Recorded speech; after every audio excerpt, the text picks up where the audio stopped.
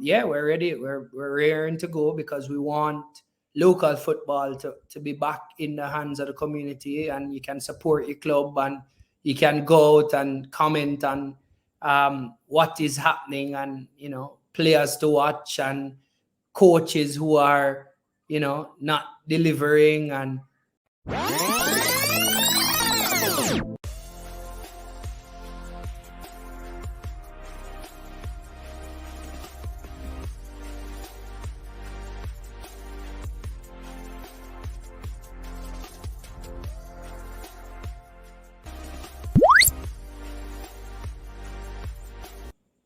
Greetings, sports fans. Welcome back to another episode of the Off the Bench podcast. I'm your host, Eddie Gona. I'm joined tonight by Mr. Owen Hill. He's the CEO of the PFGL. Owen, what's up? blessings, Eddie Guna, you know what I mean? Yeah. Yeah. And as we're recording, this is Jamaica. Reggae Boys just won 4-1 against Grenada in the Nations League. Quick thought on the game. It's getting better. I mean, we still don't want to be conceding, to lower ranked nations. You see where there's a pattern or a style of play being developed. And I mean, we got the business done pretty much. I didn't expect any less respectfully from this game. Yeah. I mean, these two games, Haiti, of the two opponents, ought to be a tougher one, but I expect that we should win both these games, because if we don't, then we're in trouble. Yeah. But moving on to, why you're here. The Jamaica Premier League, and I must add the Real Neville Jamaica Premier League. The launch took place earlier this week, and we're just days away from kickoff. 14 teams, we're going to have one winner. Yeah, man. What are your expectations? Well, let me first say thank you for Real Nephew for jumping on board. I think it was an easy merger between ourselves and them. They want to deepen their community involvement, and they want to show that they're nation builders, which they have done over the life of us knowing Real Nephew. They've always sponsored. So them being back in the fold, because if you recall, they were at one point title partners. So this is really them coming back in the fold, and they're stepping up big and doing it in such a way that it gives the confidence of the other partners and the other stakeholders that football is alive and well. So I'm expecting big things. They have some huge plans. They want to ensure that football becomes that sport that feels endemic to our culture. And that's local football, because we have a very strong leaning towards international football, whether it be club and country. We want to say to everybody that you need to come and support local football, and I think Real Nephew, with their partnership, is saying that to everybody as well. They are investing back in our country, so everybody should also follow suit. What can fans expect new season? High intensity football. I keep saying, the clubs are raring to go. They really want to play some football. So a lot of the coaches, are able to show how tactically good they are. What you can expect again is games being played in the community. So, on that typical Sunday or, that Monday night, you can come out to your local community and support by coming to the games. And then after the games, you'll definitely have some, rum spots that we're going to turn up all the way. So, it's going to be a nice little vibe, because the game has a pre, during, and post, and we want to ensure that we own that process. All right. Sounds good. Along with Real Neville, there have been other additional sponsors coming on board. With all of that, what does that mean for the clubs going forward? Well, the clubs, we're trying to drive income. We're trying to ensure that more monies are redistributed back to the clubs, because they need money. Football is an expensive sport, especially at the professional level. So what we're trying to do is to ultimately commercialize and professionalize local football, where players can feel comfortable knowing that I'm a footballer and I'm earning. We know of the ills generally within the space. So want to develop those pathways where players can feel comfortable knowing that this is a legitimate source, and I can go out and really just focus on football because the other things are being attended to. So it means that the clubs will become a little bit more professional because they'll be earning a little bit more through income from sponsorship, and then they also will be better off the field because the truth is they represent the brands that are supporting. So they have to be good citizens, good nation builders, good role models ultimately. So I think it will, generally be a good win-win situation for everybody who is a part of the process. And as I mentioned, branding, we've seen the JPL brand kind of grow, over the past years, I must say. And Yeah. especially now we're in the Caribbean Cup doing well, Cavaliers, Aberview doing excellent. What are some of the benefits we can derive from this? Well, obviously we're talking about player sales. When you get exposure, generally, players get an opportunity to be seen. So as you spoke about Cavalier, the name that comes to the top of your head is Chanel Thomas. He's the leading goal scorer in the Caribbean Cup, back-to-back hat-tricks. One of the young hot prospects coming out of Cavalier. I saw a statistic today that came out from CONCACAF that spoke to the fastest risers as clubs in the Caribbean, and Cavalier is right up there, because they're now ranking clubs, they're ranking players, and once your club rankings go up, then immediately you stand a better chance of earning more monies.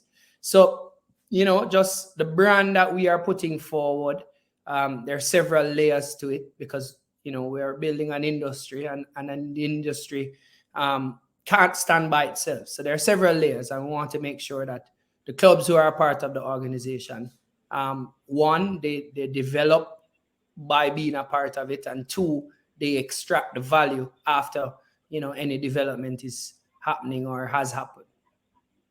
And Owen, you mentioned the sales abroad. We've seen the likes of Richard King, Chevante Stewart, Cephas, leaving the JPL and going to leagues across the world and are doing well. How can we expect more of this going forward? Well, that's a key performance indicator from our end. We want to develop the league in such a way that players get exposure. And if you get exposure and you're good enough, then we are saying go ahead, dive into it, get more opportunities elsewhere, earn more money, because once you do that, then Jamaica will be benefiting from those kinds of exposure. So yes, it is expected. I personally have set some targets for myself as the CEO. The number of transfers coming out for the year, the number of monies that clubs have access to, the numbers of infrastructural development, the numbers of coaching opportunities for more licensed coaches at the the elite level. So there are several different performance indicators that we are tracking, and then the board and the management of the PFGL, they're very astute, I can tell you that much. So the conversations are not football conversations. Most times it is about how do we grow the brand. Owen, switching now to regional football, there have been talks that we might have one Lionel Messi playing in Jamaica. On your end, are you prepared and ready for this? Because it might happen based on how well our clubs are doing. It's a possibility. Right. So fingers crossed. Are you guys ready, and how you think that will play out? Well, I mean, if you say Lionel Messi, that it then means Inter Miami. Yeah. So we're talking about us hosting a professional football setup. The spin-off benefits, the knock-on effects are great. Just to think of it. because where do you house them generally? You know, what kind of hospitality? How do you organize transportation? What kind of football coverage they'll be getting? And we're talking about Messi and Inter Miami, but there are several other teams that the possibilities range from. So I think it's a very, very good thing. And, you know, CONCACAF, I must give them credit again here, because they've improved this Caribbean competition in such a way that they've incentivized you being a part of it, financially and otherwise. And then, you know, as you progress, you get more opportunities. And every club like us in our country relishes those opportunities, because that's where you really get to, you know, rub shoulders with the big boys. And you as a player, probably, you know, you'll get a chance to know whether or not you really can play at that level, or, you know, you need to recalibrate and change gears. So, I mean, there are several benefits that you can get from it. And I hope that, you know, as we go along, we keep learning. So we may not be fully ready right now, but, you know, as we inch closer to the possibility, I can tell you that Jamaicans generally rise to the occasion. Yeah, and speaking to preparation, you know, the league opener pretty soon. Are we prepared for that? Have you fixed all the problems, or, you know, learned from all the mistakes from previous seasons, and, you know, ready to implement them this Well, season? you know, I don't want to jump the gun and say, yes, we're totally ready. Um, but as far as we possibly can, then we are ready. You know, we know where the games are going to be played for opening week. We know the teams. You know, we have the merchandise. We know, you know, the coaches. So, barring something really, really catastrophic, it should be a fantastic opening week. I mean, yes, we know that things can be tighter. There may be a few areas that you have to plan properly, reassess as you go along. But yeah, we're ready. We're raring to go, because we want local football to be back in the hands of the community, and you can support your club, and you can go out and comment on what is happening, and, you know, players to watch, and coaches who are, you know, not delivering, and, you know, do all the necessary things in order to bring the league to life. So just tell us more about opening day, the teams involved, the venues, you know, prices for tickets, you know, all of that good stuff. All right. So, I mean, opening day, we have a slate of games. The only team that is not going to be playing is Cavalier and Harborview, are the two teams that are not going to be playing. Incidentally, because they are playing in the CONCACAF Caribbean Cup semifinal first leg. That game is going to be played on October 24. But opening weekend, we have 4 games on Sunday and 2 games on Monday. The doubleheader, the televised set of games, Lime Hall Academy, one of the newest teams in the competition, they'll play against Montego Bay United, which, again, you know, there are some structural changes there, and, you know, players coming in, and Brazilian coach. So it should be a nice little precursor to the champions, Mount Pleasant, playing Portmore United at 3. So the doubleheader is going to be at Draxall, and I'll say $1,000 to come into the venue, because we generally give, you know, a nice little package, 2 for 1. The next games, or the next set of games, Tivoli Gardens plays Waterhouse at Edward Seaga Sports Complex, and Humble Lion play Treasure Beach at Effortville. Treasure Beach being another new team to the competition. And then the Monday night, it's down by Tony Spalding. Mo Lions will be playing Veer in the first game, and that's a curtain raise at 5. And then Arnett Gardens will be playing Dunby Holding at 7:30. So Sundays and Mondays, generally, for the next 7 to 8 months, we'll be taking over your television and your local airwaves. All right, that is it. Final words to the fans, you know, in terms of willing them to come out for opening weekend. Well, I'll say come out for opening weekend, but not just for opening weekend. Ensure that you support Support Yeah. local football. So, you know, in support, we're saying sometimes it's going to be going your way if you're watching a team, and, you know, we know you're a Eddie Gooner, right? I mean, you support which team? Arsenal? Gunners. Right. Yes, sir. Win, lose, or draw, complain or not. Arteta in, Arteta out. So I'm saying let's do that for the local. Same thing. Same thing for local football. Let's Right. do that for the local football. Comment, criticize, complain, support. And there are different ways to do that. Again, come to the games, watch it. If you can't come to the games, watch it live on television or watch it back on demand. Buy the merchandise because there will be shirts being on sale from the different clubs.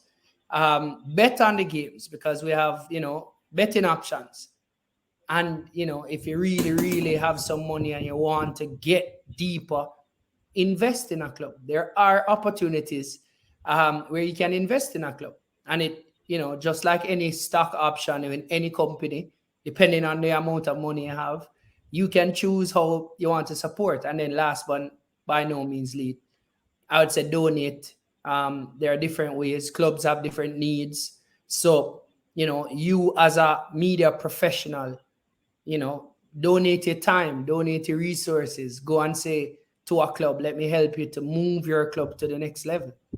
You know, these are practical ways I'm telling you that you can support local football, you know, help them to become better public speakers, have them being able to conduct interviews. These are ways that you can build local football. So it's less about the actual venue where we're saying patrons must come out. We're saying support the football industry that we're trying to build. And you can do it in several ways. Some weeks you may not be able to come to the game, but there's still a way that you can support. Good stuff. It's Eddie Gooner. I'm out. ONL out as well. This is Kari Stevenson, former reggae boy. You're watching Eddie Vision. Like, share, and subscribe.